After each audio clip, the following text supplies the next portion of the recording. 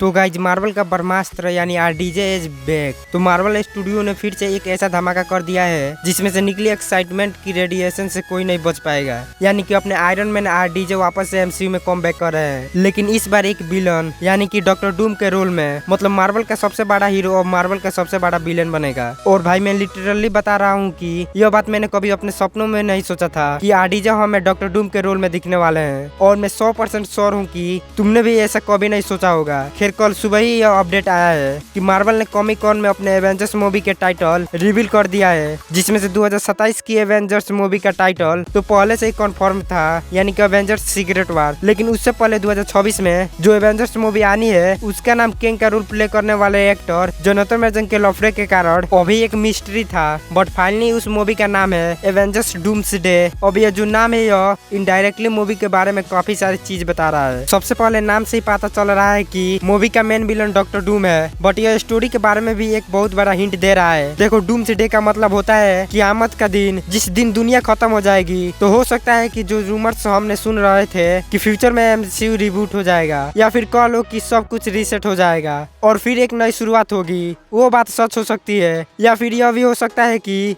यह जो क़यामत का दिन है यह एवेंजर्स के लिए क़यामत का दिन हो, यानी कि जैसे सारे हीरोज की इन्फिनिटी वॉर में ऐसी तैसी हो गई थी और थेनोस जीत गया था, वैसे ही शायद इस मूवी में भी एवेंजर्स डॉक्टर डूम से हार जाएंगे और फिर वो सीक्रेट वॉर में एक कम बैक करेंगे। और हम अगर अपने बिस्कुट वाले बाबा जी की तरह डूम्सडे शब्द का संधि विच्छेद करके देखे तो वो होता है डूम्सडे यानी कि डूम का दिन, यानी कि डॉक्टर डूम का दिन, यानी कि जिस दिन डॉक्टर डूम के मजे ही मजे होंगे। खैर ये सब तो मजाक की बात हुई, बट सबसे स्पेशल बात यह है कि इन दोनों ही मूवीज को रूसो ब्रदर्स डायरेक्ट करेंगे, जिन्होंने Captain America Winter Soldiers, Civil War, Infinity War and Endgame direct किया था। और हम सब जानते हैं कि यह मार्वल की सबसे बेस्ट मूवी है और रूसो ब्रदर्स का वापस आना इस बात की गारंटी है कि अगली 2 एवेंजर्स मूवी भी एक मास्टरपीस होगी। और भाई मार्वल का जो कॉमबैक लोकी सीरीज और डेडपूल एंड वुल्वरीन पूरा जोर लगाने के बाद करा पा रहे थे, वो कॉमबैक तो सिर्फ एक अनाउंसमेंट ने करवा दिया कि आरडीजे ही डॉक्टर डूम बनेंगे। और भाई सच बताऊं तो इन सब चीजों के बाद मैं पर्सनली बहुत ज्यादा खुश हूँ और पूरे कॉन्फिडेंस के साथ कह सकता हूँ कि फाइनली मार्वल इज बैक। बाकी तुम अपने विचार मुझे कमेंट में जरूर बताना। मिलते हैं किसी और वीडियो में, तब तक के लिए बाय।